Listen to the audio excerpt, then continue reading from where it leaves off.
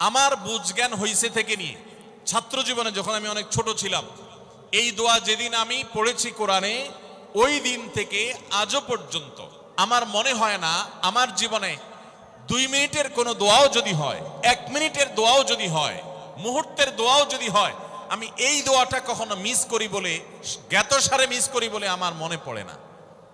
ছাত্র জীবন থেকে শুরু করেছি, আজও পড়ে যাচ্ছি। আলহামদুলিল্লাহ, আল্লাহর কাছে শুকরিয়া আদায় করে আপনাদেরকে বলতে পারি, এই দোয়ার সুফল আমি নিজের চোখে দেখেছি, আমি নিজে ভোগ করছি।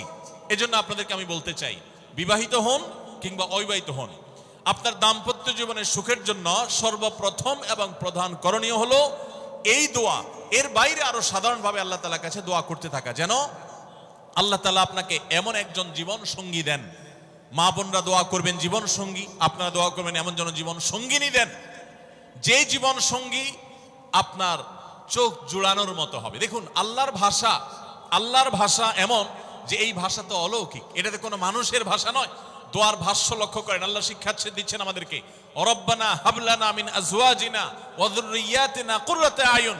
হে আমাদের রব, আমরা আপনার কাছে এমন স্ত্রী চাই, এমন সন্তান চাই, এমন পরিবার চাই, যেই পরিবারের সদস্য আমার স্ত্রী, আমার সন্তানরা আমার নয়ন জুড়াবে, আমার চোখ জুড়াবে, এরকম মানুষ চাই। একটু ভাষাটা লক্ষ্য করুন। আমরা সাধারণত দোয়া করলে কি চাই?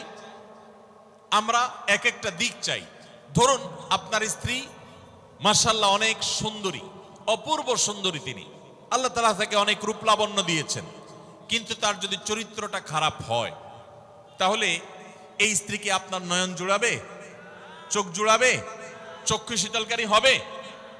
আপনার স্ত্রীর চরিত্র ভালো, দেখতে শুনতেও মাশাআল্লাহ সুন্দর, কিন্তু পড়ালেখা নেই, বুদ্ধিশুদ্ধি নেই, একটু বেকুব কিসিমের, তাহলে কি আপনার চোখ জুড়াবে? ভালো লাগবে? আপনার স্ত্রী শিক্ষা দীক্ষাও আছে, জ্ঞান গরিমায় মাশাআল্লাহ তিনি ভালো, রিচ, সমৃদ্ধ, আবার চেহারা সুন্দর, আবার তার মধ্যে তার চরিত্রের সমস্যা নেই, কিন্তু সমস্যা কি? সমস্যা ধরুন তার ভিতরে এমন রোগ আছে, শারীরিক রোগ, যেই রোগের কারণে আপনার জন্য সেটা বড় কঠিন পরিস্থিতির মুখোমুখি হতে হয়। ধরেন দুরারোগ্য কোনো ব্যাধি আছে, মরণ ব্যাধি আছে, এমন কোন রোগ আছে যেটার কারণে আপনাকেও সাফার করতে হয়, তাহলে এই স্ত্রী কি আপনার চোখ জুড়াবে? ঠিক একই কথা স্বামীর ক্ষেত্রে প্রযোজ্য, সন্তানের ক্ষেত্রে প্রযোজ্য। আল্লাহ তাআলা এমন একটা শব্দ শিক্ষা দিয়েছেন, দেখুন, আল্লাহর কাছে চাইতেও জানতে হয়। উল্টাপাল্টা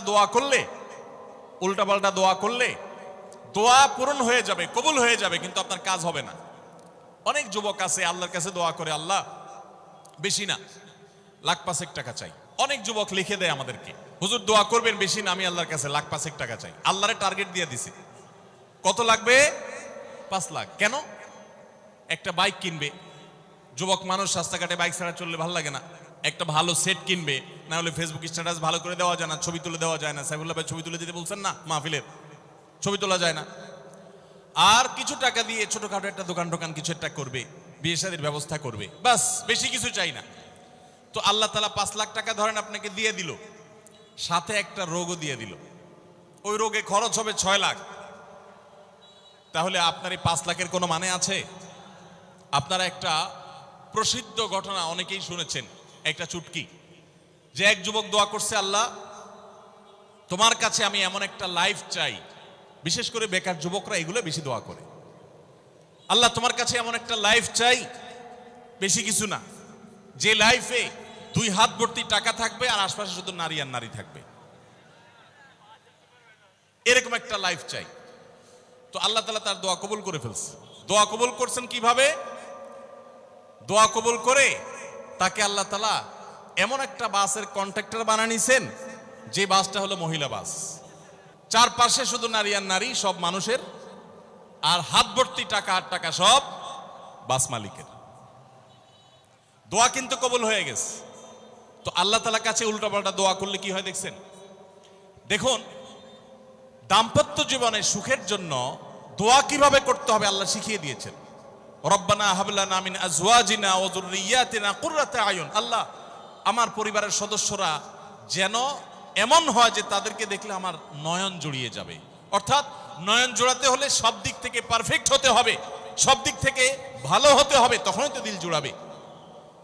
ওয়াজআলনা লিল মুত্তাকিনা ইমামা, আর আমাদের সবাইকে, গোটা পরিবারকে আপনি মুত্তাকিদের ইমাম বানায় দেন, সৎ মানুষ বানায় দেন। কারণ সৎ যদি না হয়, আল্লাহ ভীরু যদি না হয়, তাহলে কখনো তাদের মাধ্যমে আপনি সুখ শান্তি পেতে পারেন না। তাহলে প্রথম করণীয় দাম্পত্য জীবনের সুখের জন্য, সুখী দাম্পত্যের জন্য আল্লাহর কাছে দোয়া করতে থাকে। সূরা ফুরকানের ৭৪ নম্বর আয়াত, এর পাশাপাশি আরো যত আয়াত আছে, অথবা সাধারণভাবে আপনি আল্লাহর কাছে, আল্লাহ আমি ভালো সঙ্গী যেন পাই, সেজন্য দোয়া করতে থাকবো। আল্লাহ আমাদেরকে তৌফিক দান করুন। আস-সুন্নাহ ফাউন্ডেশন, উম্মার স্বার্থে সুন্নাহর সাথে।